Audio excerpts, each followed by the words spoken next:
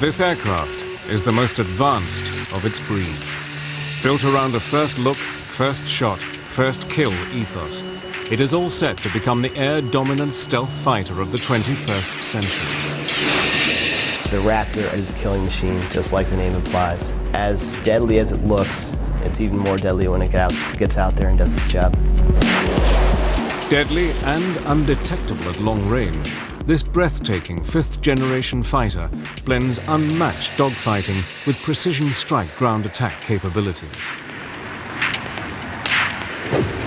You literally are able to swim through the sharks, and the sharks never see you and never know you're there. And at any point in time, you can reach out and touch them with deadly force. Capable of super cruise and packing a deadly array of state-of-the-art missile systems, this stealth jet of the new millennium can intercept and strike any target with near impunity. They die. They die without knowing where the Raptors are. They die without knowing that they were targeted. They die wholesale. Now, using unique footage, we'll take you on an all-access tour of America's newest superweapon, the FA-22 Raptor.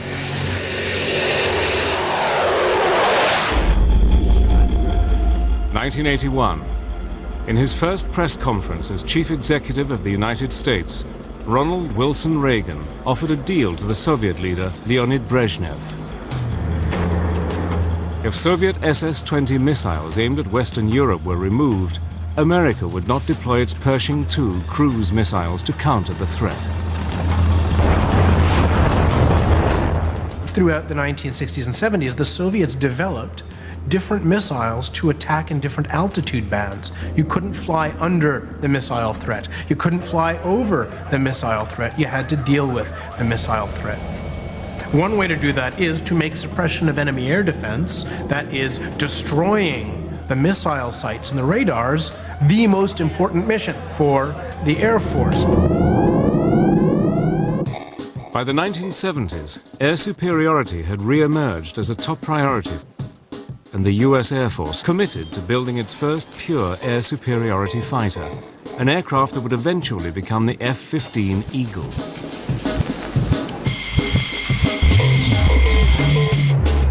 But just as F-15s became operational in 1978, alarming new evidence suggested that the new fighter's superiority might only be temporary. US reconnaissance satellites passing over a Soviet flight test center north of Moscow discover new Soviet fighters being tested. One was the agile fighter, the Mikoyan MiG-29, but the other came as a huge shock to Western analysts. It was bigger than the F-15 and far bigger than any previous Soviet-built fighter, the Sukhoi T-10 prototype. At that time, the Soviet Union initiated some very aggressive programs to come up with counters. And both Mikoyan and Sukhoi, both those design bureaus, initiated new aircraft development efforts. And it appeared that they were on a track that would field some very advanced fighters. If the MiG-29 had concerned the American military establishment, the existence of the Sukhoi T-10 set alarm bells ringing. These are very good aircraft. They're aircraft that play in the same league as some of the top NATO aircraft, like Phantom, and ultimately like F-15. The goal is world peace. Just weeks into his first term, America's 40th president increased US defense spending by $32.5 billion and began the rearmament of the United States on a colossal scale. In 1981, the Cold War was getting very warm. As Reagan and Brezhnev squared up, the US Air Force concluded that it urgently needed a replacement for its F-15, an advanced tactical fighter, or ATF, that would have no equal. As American planners start to develop the concept of air-land battle to fight World War III, the US Air Force starts to think about the kind of equipment it wants to have when it comes time to fight the war. At that time, in the secretive black world of advanced aviation development, one technology had emerged at the forefront of all military aircraft development: stealth. During that period, the late 1970s, of course, in what we call the black world, in the world of secret programs, there was a great effort going on to come up with counters to these new Soviet weapon systems that could enable us to knock out their SAM system. And that, of course, led to the development of the F-117. Analysis of air-to-air combat in Vietnam, called the Red Baron study, had kick-started the race for stealth. An operational analysis study showed that in Vietnam that most aircraft were killed by other aircraft that they hadn't seen. So from this you get the idea that if the aircraft isn't seen, it has a tremendous advantage. Air combat data from World War II and Korea had reinforced this need for invisibility. So from this, in a process of operational analysis, the U.S. Air Force learns that what you really need to do is be invisible to the enemy.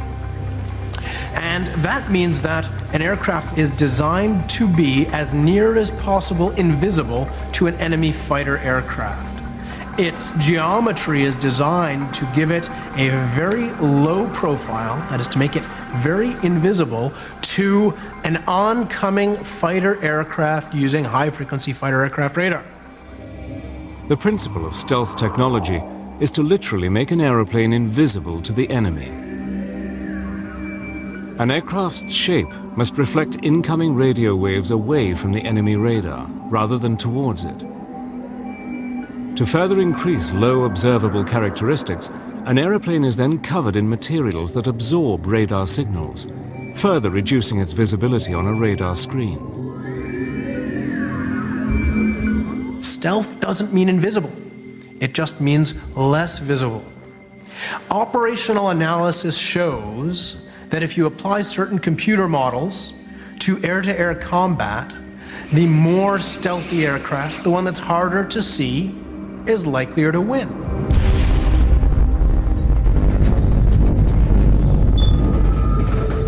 Leading the way in stealth technology was Lockheed's Skunk Works. In the late 1970s, stealth wasn't widely known outside of a few companies. The ability to integrate stealth technology, shaping for stealth, and the materials was really only well known in two companies. It was Lockheed and Northrop.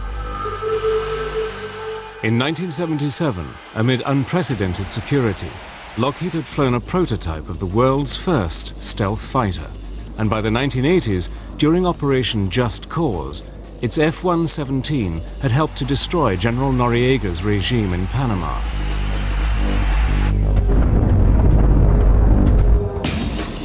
Now, the US Air Force decided that any new fighter must incorporate stealth technology and identified two other areas in which a future air superiority fighter should excel.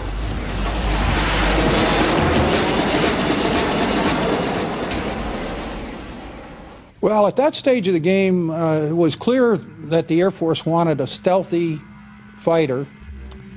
It was also clear that they wanted an airplane that would supercruise, in other words, run supersonically without lighting off the afterburners. And they didn't want to sacrifice any of the classic fighter maneuverability. So they wanted a fighter that, besides all the new technology, would maneuver as well or better than the F-15. In October 1982, representatives from fighter manufacturers met with the US Air Force and began to identify the specific must-haves for the new fighter. At the time, there were 8 contractors that built combat aircraft in the States. 7 of those responded to our requests for proposals. From that period of 1983 to 85 or 86 was a process of refinement, narrowing down the specific parameters. It must be a supersonic cruise aircraft with a combat radius of 700 to 900 miles with reduced observables if possible. The aircraft would have to be able to operate on a 2,000-foot runway and must be easier to maintain than an F-15. The challenge had been issued. Now it was up to the finest aviation manufacturers in the world to respond. I'm a village optimist, and I have to say that the requirements were very demanding, but I didn't have any strong feeling that we couldn't do this. The Advanced Tactical Fighter Program was about to begin, and the Raptor, America's 5th-generation fighter, was about to be hatched.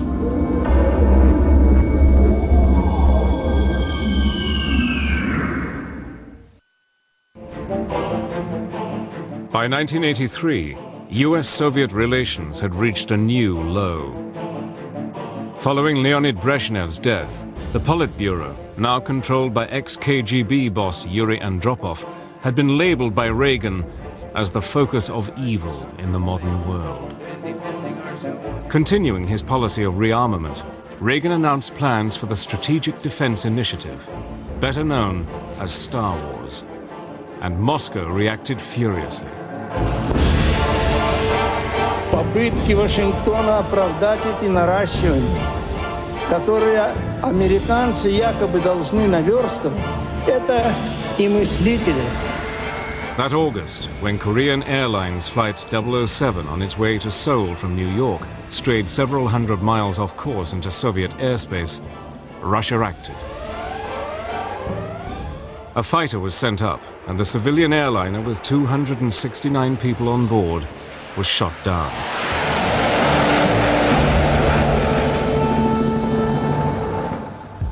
The shooting down of KAL 007 sent shockwaves around the world, straining international relations almost to breaking point. What can we think of a regime that so broadly trumpets its vision of peace and global disarmament, and yet so callously and quickly commits a terrorist act to sacrifice the lives of innocent human beings?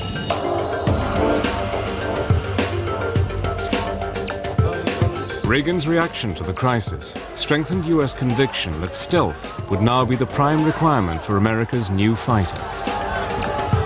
Some senior people in the Pentagon looked at the stealth requirements and decided they were inadequate, and they radically changed them.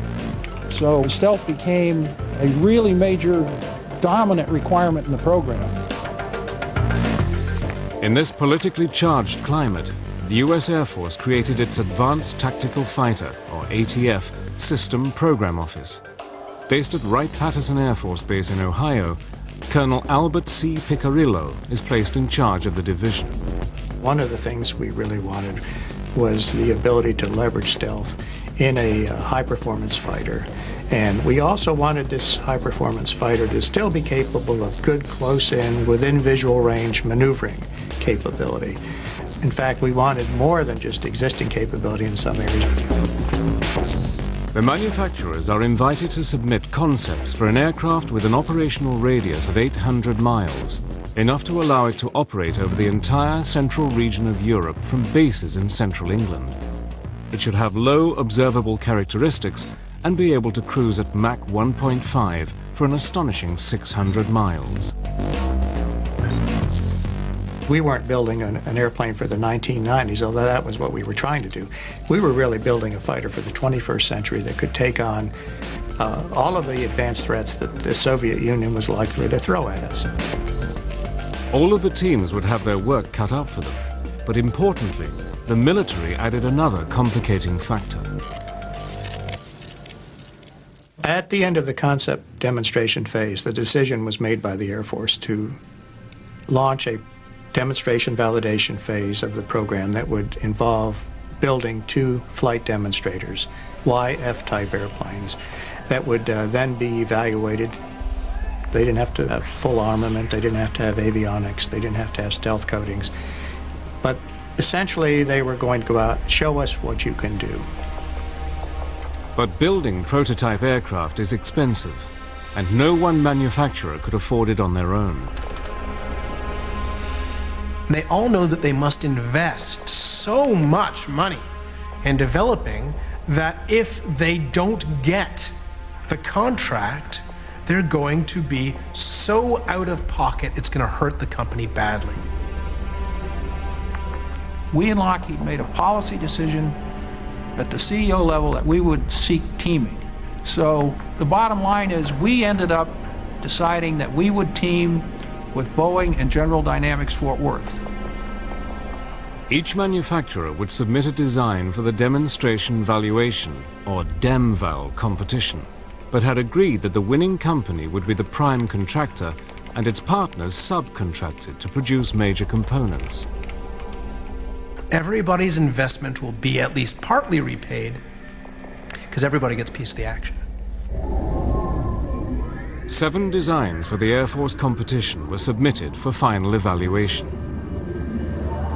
All of the 7 contractors came in with designs that were very feasible, and that could have been built.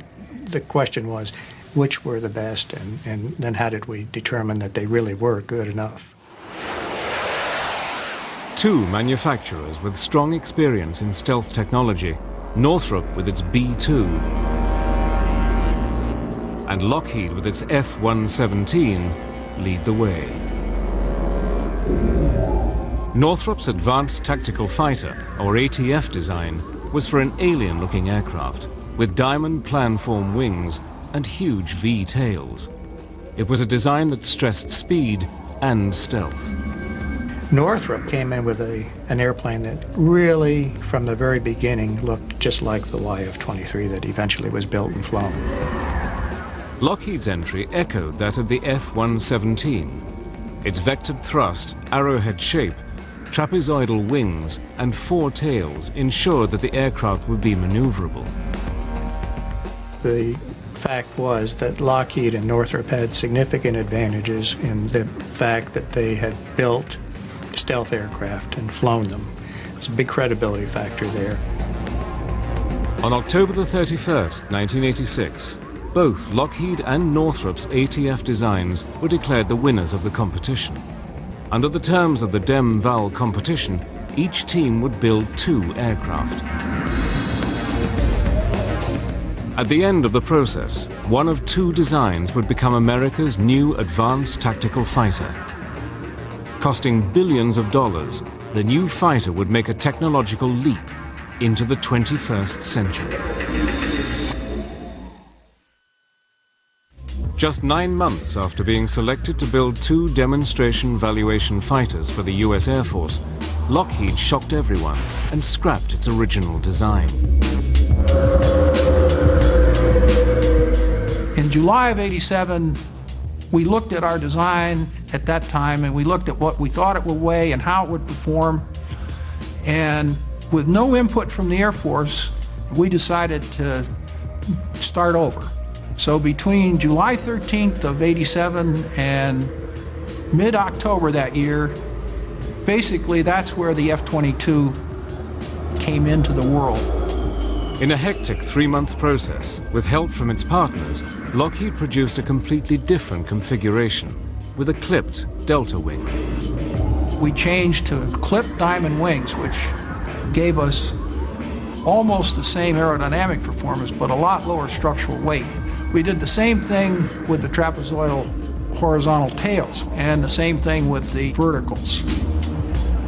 Over the next 4 years, at a cost of just over $2 billion, America's tactical fighter competition became the largest program of its kind. And in 1990, just months after the disintegration of the Soviet Union, the shapes of the 2 rival designs were finally unveiled. And now, ladies and gentlemen, I proudly present to you the YF-22A, prototype for U.S. air superiority in the 21st century.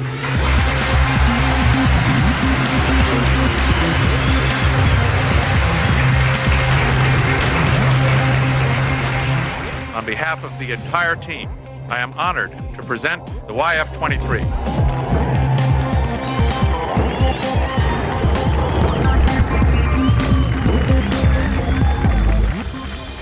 Northrop's version, called the YF-23, closely resembled its original design. Well, it was a most unusual looking aircraft, very futuristic. It had twin V-tails as opposed to what we call a cruciform, twin verticals and twin horizontals. It had a large trapezoidal wing, and it had a very slender shape when looked at from the edge-on view. In contrast, Lockheed's design, called the YF-22, seemed surprisingly conventional. with 4 tail surfaces, vectored thrust, a broad solid body and a conventional wing. But unlike Lockheed's other stealth aircraft, the F117, radar-absorbent materials were not applied over the whole of the FA-22, but used selectively on its edges, cavities, and crucial surface areas. You walk around the airplane, everywhere you look, what you see is something that's designed to do the job in the most efficient and effective way, and no wasted space, no wasted capability. It's truly an airplane that's intended and has been optimized for its job. The F-22 carries its weapons internally. 4 weapons bays are hidden in the central mid-body section. 6 missiles can be carried in the ventral bays, which are covered with bifold doors. The side bays will each hold 1 Sidewinder missile carried on a trapeze launcher. The mid-body section also houses the fighter's landing gear and complex inlet ducts. Right from day one on the F-22, we decided to put S-shaped inlet ducts on it. So the airplane is built with S-shaped inlet ducts so that there's no way a radar is ever seeing the forward face of the jet engine. Attached to the mid-body is the forebody, which accommodates the cockpit and advanced avionics. Both the YF-23 and the YF-22 are impressive-looking machines, but their performance still needs to be tested. The most crucial stage of the competition is still to come, the flight testing.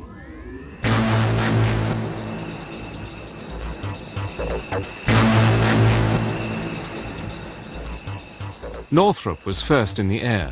In August 1990, flown by Paul Metz, the YF-23 got airborne.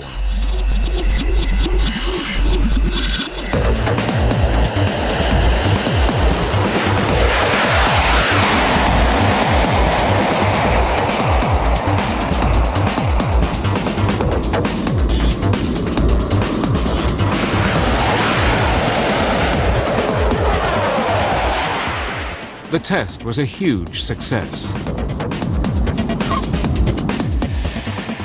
But Lockheed was quick to respond, and on September the 29th, at Edwards Air Force Base in California, Lockheed Chief Test Pilot Dave Ferguson prepared the Raptor for its maiden flight.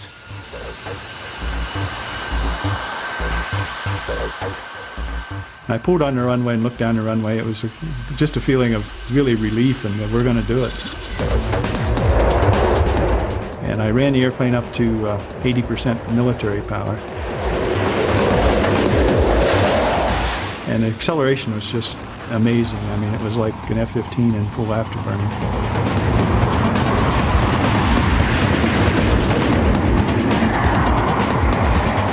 And I felt the only thing in this airplane that's ever flown before was me. And I think in the back of my mind I was saying, please fly, when I pulled the nose up, and it just lifted off.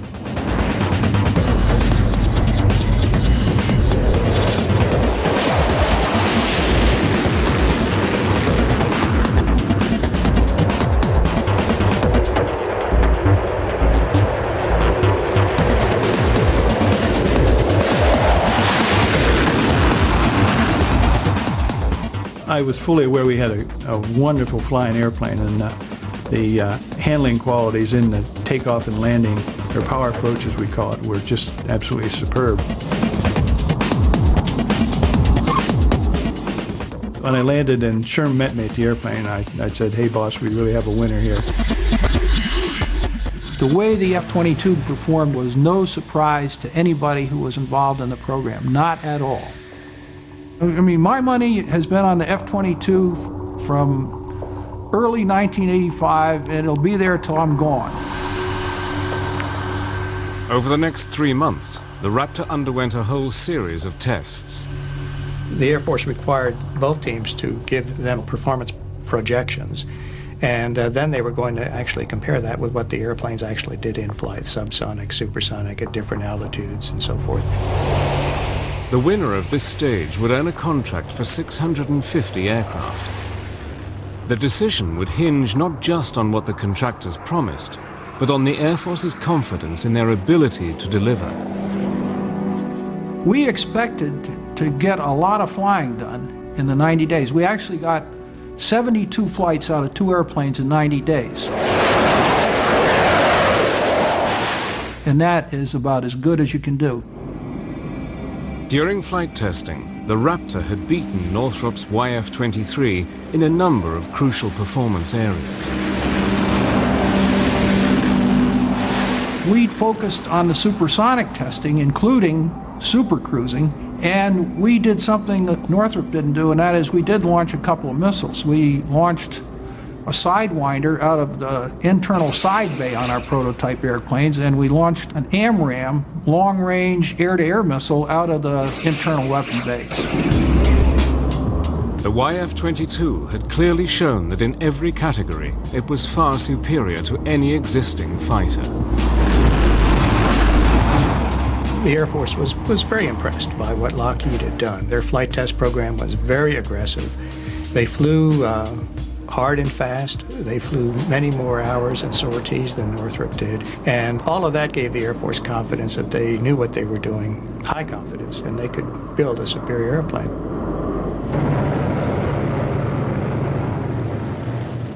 But it would be events in 1991 that would carve out the Raptor's future.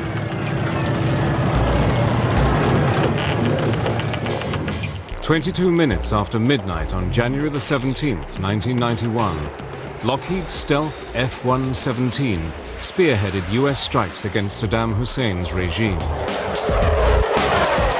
The performance of Lockheed's stealth bombers during Operation Desert Storm would give the company and its aircraft some priceless publicity. I think clearly Lockheed was benefited in 1991 by the Gulf War, where the F-117 was a star performer. And there were skeptics of stealth, even as late as that. That had to be beneficial to the program. But another aircraft also emerged from the Gulf War with a glowing reputation.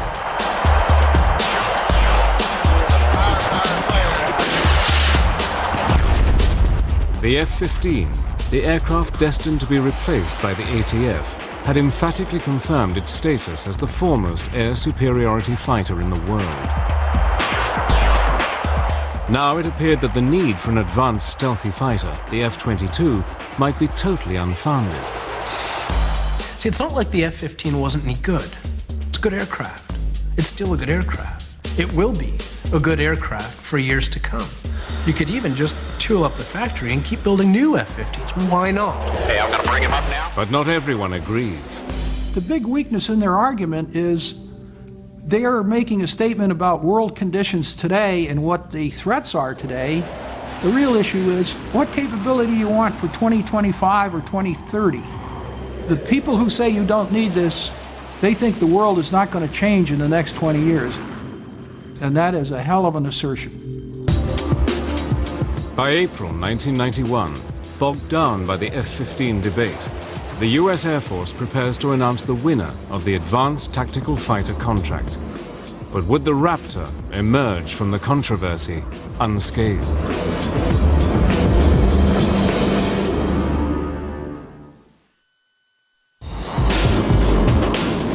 On April 1st, 1991, the US Air Force awarded a $9.5 billion contract to the Lockheed, Boeing, General Dynamics team responsible for the winning F-22 Raptor design. Having won the contract, Lockheed announced that it intended to locate the F-22's headquarters in Georgia, where the Raptor's forward fuselage would be built. General Dynamics will build the F-22's mid-body section in Fort Worth, Texas, and Boeing would manufacture the wings and tail in Seattle, Washington.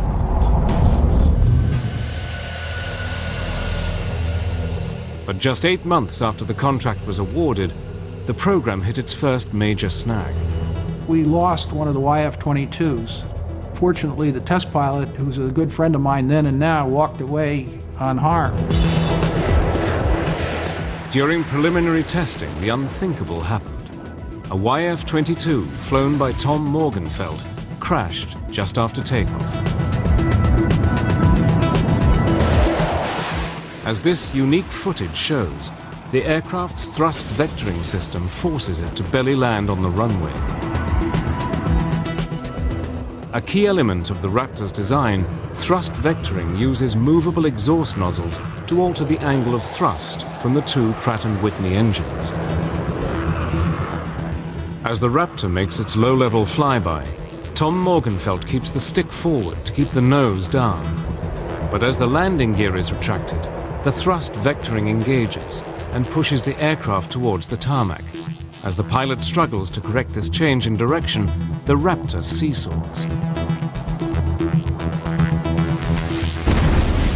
The fundamental error there had nothing to do with the airplane. It had to do with the fact that you don't fly a green airplane and fly it at low speeds, at low altitudes. The cause of that accident was stupidity on the part of the management. It had nothing to do with technology. Despite the loss of the stealth aircraft, the program had achieved its major goals. 10 million man-hours of analysis, 4,000 hours of radar testing, and hundreds of hours of flight testing had gone into the development of the aircraft, even before construction was given the go-ahead. In fact, the F-22 has accomplished more flight testing than any other fighter prior to full-scale production. The first FA-22 built for the US Air Force was unveiled in a ceremony on April the 9th, 1997, at the company's headquarters in Marietta, Georgia.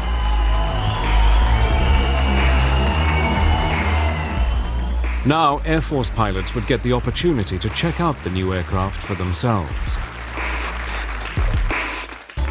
I would call the Raptor the Miss America of all aircraft. It's got the talent, it's got the bikini contest won, it's beautiful, it's got all the capabilities. It really wins the show in every aspect. The airplane is eye-watering. It does everything the pilot asks of it, and it is very good at what it does. First flown by the Air Force in 1997, pilots at Edwards Air Force Base have surpassed 2,000 flight test hours in more than 900 missions.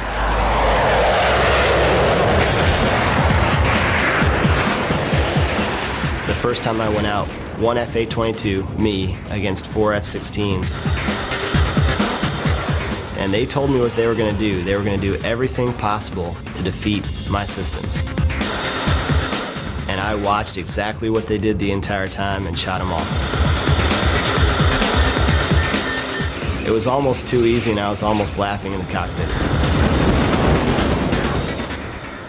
One of the key advances in the Raptor's design is its advanced cockpit and integrated avionics systems.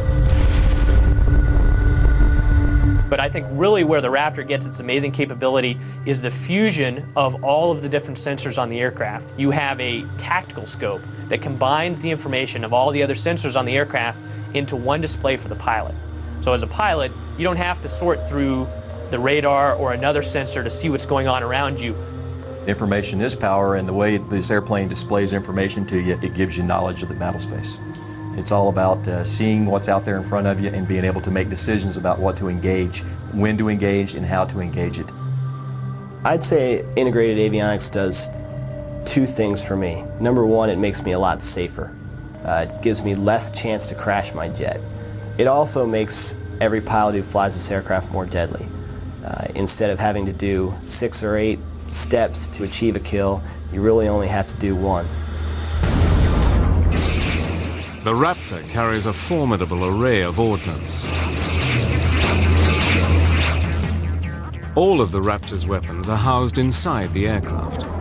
2 bays at the bottom of the plane utilize a pneumatic-style hydraulic launcher that literally punch the missiles, or JDAMs, out of the aircraft with a force of 40 Gs.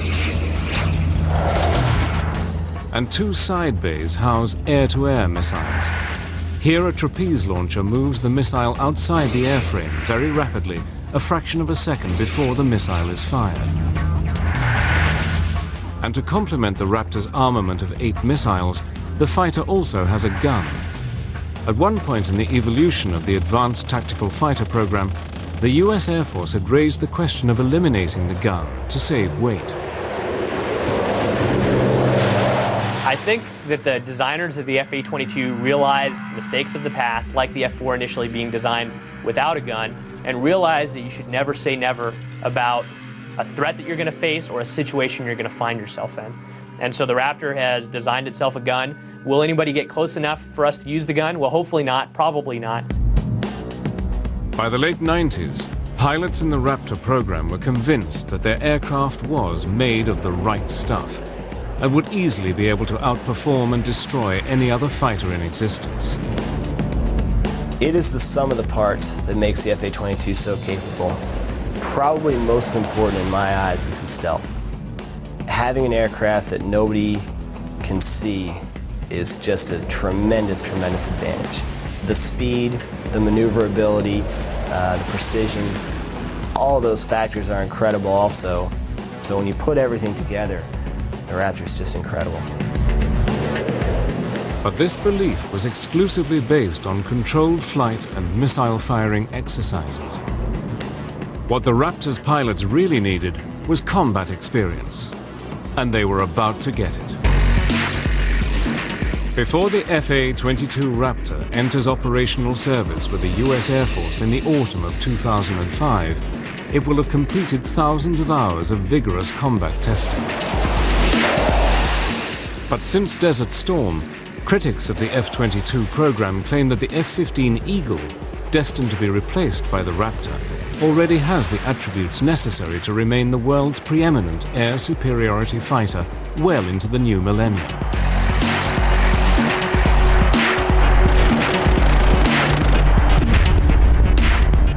It is a view dismissed by the US Air Force. If you look at the F-15 and the F-18 and compare it with existing fighters that are sold around the world today, you'll find that today we're almost at parity. If we ever run up against an enemy that has the ability in terms of the air crew to use those enemy fighters, we will have a tough time with the current generation. The F-15 is a great aircraft, and in air-to-air it is outstanding. However, with the production of new fighters that are being produced today and also some surface-to-air threats, there are situations in the F-15 that would make me nervous.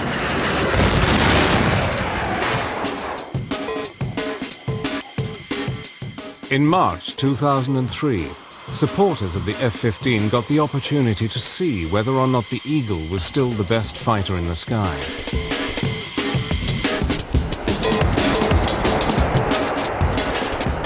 Five F-15s would go head-to-head with a single Raptor. Although no missiles would be used during the exercise, the sorties would closely resemble actual combat. No quarter would be given by either side. This was a kill or be killed exercise. There were 5 adversaries and me, and my biggest concern was running out of weapons too soon.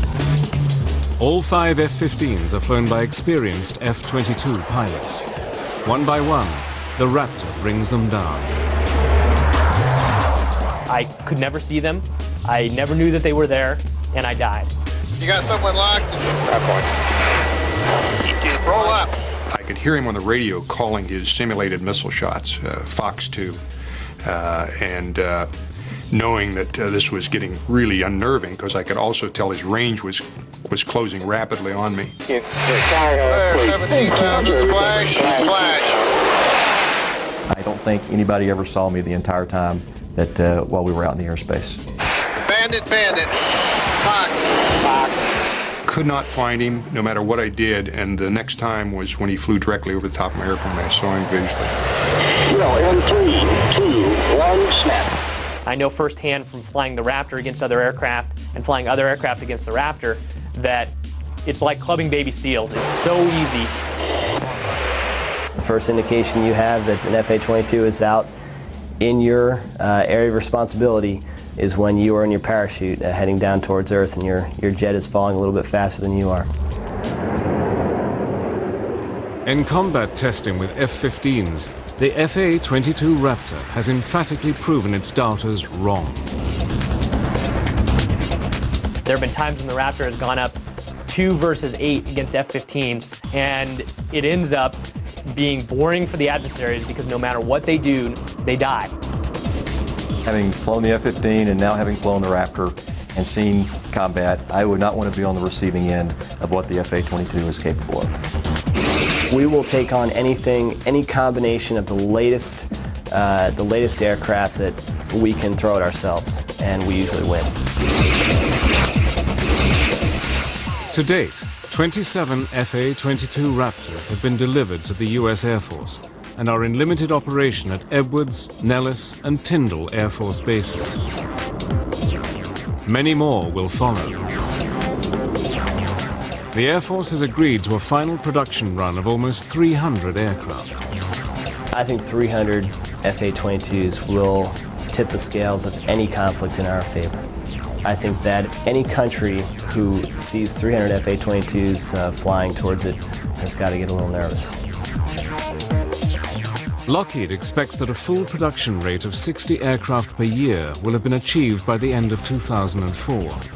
And with components and parts coming from 46 congressional states, the FA-22 is truly a national effort. Costing a massive $93 million each, the Raptor is certainly the world's most expensive fighter aircraft, but for many, it is money well spent.